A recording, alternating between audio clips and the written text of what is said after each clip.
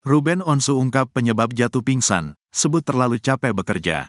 Presenter Ruben Onsu sudah kembali beraktivitas seperti biasa setelah dirinya dirawat secara intensif beberapa waktu lalu. Ruben Onsu memang memiliki jam kerja yang sangat padat membuat kondisi kesehatannya makin memburuk. Bahkan, Ruben Onsu telah mendapatkan peringatan agar dirinya jangan terlalu lelah. Ia sempat menganggap sepele permintaan dari dokternya itu.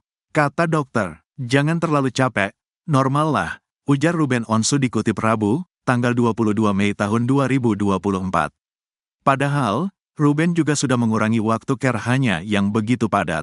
Namun, tak ia sangka sampai pingsan dan dirawat di rumah sakit selama beberapa hari. Dari sebelumnya juga udah mengurangi, cuma kemarin tiba-tiba drop aja tumbang. Kalau aku memang waktunya tumbang, jadi kemarin tumbang, pungkasnya. Sebelumnya, para sahabat Ruben seperti Raffi Ahmad, Ivan Gunawan, Ayu Ting Ting, Irfan Hakim dan lainnya juga turut prihatin.